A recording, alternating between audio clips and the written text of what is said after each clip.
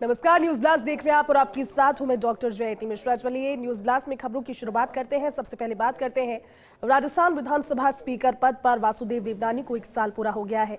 20 दिसंबर को दोपहर 3 बजे देवनानी करेंगे प्रेस कॉन्फ्रेंस। विधानसभा में पत्रकारों से मुखातिब होंगे स्पीकर देवनानी और पिछले 1 साल में जो नवाचार उनके द्वारा किए गए इस पद पर रहते हुए वो मीडिया के सामने उनके द्वारा रखे जाएंगे। तो 1 साल पूरा हो गया है। हाल ही में भजनलाल सरकार की पहली वर्षगांठ को लेकर कार्यक्रम और विधानसभा स्पीकर के पद पर वासुदेव देवनानी को भी 1 साल की जो कार्यकाल की जानकारी है उनके द्वारा जो नवाचार किए गए भले वो विधानसभा में नजर आए हों।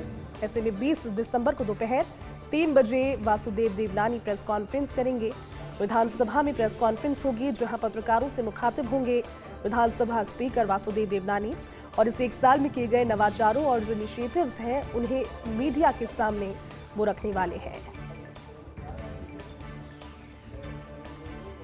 जयपुर जिले में शुरू होगा सुशासन सप्ताह। कल से आरंभ होगा प्रशासन गांव की ओर अभियान।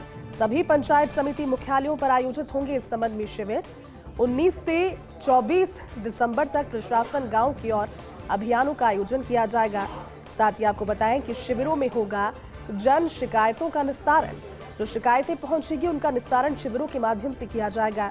इसके अलावा विभिन्न विभागों के द्वारा दी जा रही सेवाओं की तत्काल प्रदायगी सुनिश्चित होगी। ये सेवाएं तत्काल रूप से जनता तक पहुंचे इसको सुनिश्चित किया जाएगा इन शिविरों के माध्यम से।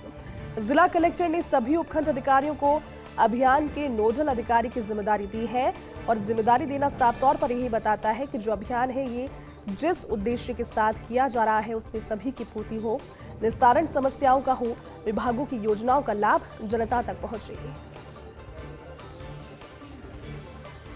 अब एसके सिंह होंगे हिंदुस्तान कॉपर लिमिटेड के अगले सीएमडी। जी हां, सार्वजनिक उद्यम चयन बोर्ड ने संजीव कुमार सिंह के नाम पर मुहर लगा दी है। पीएसएसईबी ने इस पद के लिए किया था कुल 7 उम्मीदवारों का साक्षात्कार। वर्तमान में एचसीएल के निदेशक माइनिंग के तौर पर वो कार्यभार संभाल रहे हैं।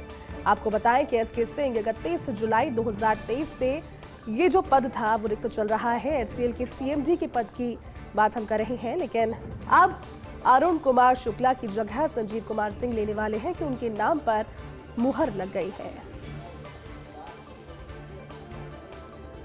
एचपीसीएल को जल्द मिलेगा नया सीएमडी। सर्च कम सिलेक्शन कमेटी ने आयोजित किए थे सीएमडी पद के लिए साक्षात्कार और इंटरव्यूज में मार्केटिंग निदेशक अमित गर्ग का नाम इस प्रतिष्ठित पद के लिए चुने जाने की अफवाह भी थी, लेकिन अब जानकार सूत्रों के हवाले से खबर यह है कि अंतिम परिणाम साक्षात्कार के चौंकाने वाले हो सकते हैं। जी हां, 1 अगस्त 2024 को सीएमडी के पद से सेवानिवृत्ति हुई थी पुष्प कुमार जोशी की, लेकिन वर्तमान में निदेशक वित्त रजनीश नारंग सीएमडी का अतिरिक्त प्रभार संभाल रहे हैं। सिलेक्शन कमेटी के समक्ष उपस्थित होने वाले उम्मीदवारों में अरविंद कुमार ये वो नाम है जो साक्षात्कार के लिए सिलेक्शन कमेटी के समक्ष उपस्थित हुए। रजनीश नारंग जो कि कार्यभार अतिरिक्त तौर पर संभाल रहे हैं।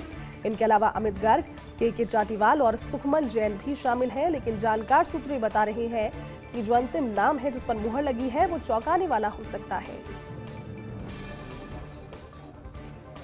यूपी सरकार की बात कर लेते हैं, जहां 1 जनवरी से लेकर अब तक 150 आईएएस अफसरों को पदोन्नत किया गया है।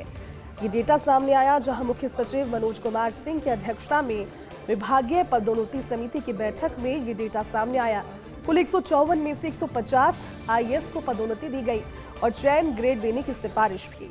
150 अफसरों को पदोन्नति, चयन ग्रेड और कनिष्ठ वेतनमान देने पर सहमति बनी है। इन 154 आईएएस में से 8 हैं 2000 बैच के 7 अफसरों को बनाया जाएगा प्रमुख सचिव। साथ ही एक अफसर के खिलाफ विभागीय जांच होने पर नाम पर विचार नहीं किया गया, लेकिन इसके अलावा 2012 बैच के 51 अफसरों की 13 वर्ष की निरंतर सेवा पर सिलेक्शन ग्रेड, 2016 बैच के 38 अफसरों को 9 वर्ष की निरंतर सेवा देने पर जूनियर एडमिनिस्ट्रेटिव पे स्केल और 2021 बैच के 17 आईएएस को 4 वर्ष की सेवा पर 6600 ग्रेड पे देने पर सहमति बनी है। उमर खालिद को जमानत मिली है। दिल्ली 2020 दंगों के आरोपी उमर खालिद को जमानत मिली है। चचेरे भाई की शादी में शामिल होने के लिए 7 दिन की अंतरिम जमानत उमर खालिद को मिली है। कड़कड़जुमा कोर्ट न्यायाधीश समीर वाजपेयी ने उमर खालिद को सशर्त जमानत दी है। सिर्फ 7 दिन की जमानत हालांकि है ये, लेकिन सशर्त तौर पर ये जमानत दी गई है। उमर खालिद पर 2020 में दिल्ली में दंगे भड़काने का आरोप है और तभी से वो जेल में था, लेकिन एक शादी में शिरकत करने के लिए जमानत की अर्जी लगाई गई, जिसके बाद 7 दिन की सशर्त जमानत उमर खालिद को दी गई है। ये 7 दिन बीतने के बाद पुनः कोर्ट के सामने समक्ष कोर्ट के पहुंचना होगा और उसके बाद जेल होगी दोबारा।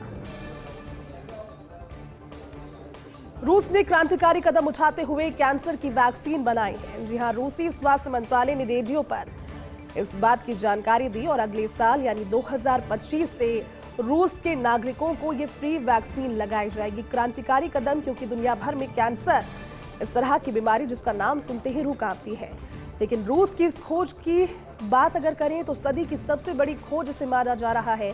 साल की शुरुआत में व्लादिमीर पुतिन ने पहले ही इस चीज का जिक्र किया था कि रूस इस दवाई को, इस वैक्सीन को बनाने की दिशा में काम कर रहा है, लेकिन वैक्सीन के क्लिनिकल ट्रायल से ये बात पता लगी कि वैक्सीन से ट्यूमर के विकास को रोकने में मदद मिलेगी और वो भी आर्टिफिशियल इंटेलिजेंस की मदद से। इस साल की शुरुआत में रूसी राष्ट्रपति व्लादिमीर पुतिन ने भी कहा था कि रूस कैंसर की वैक्सीन बनाने के बेहद करीब है और आज इस बात का ऐलान किया गया।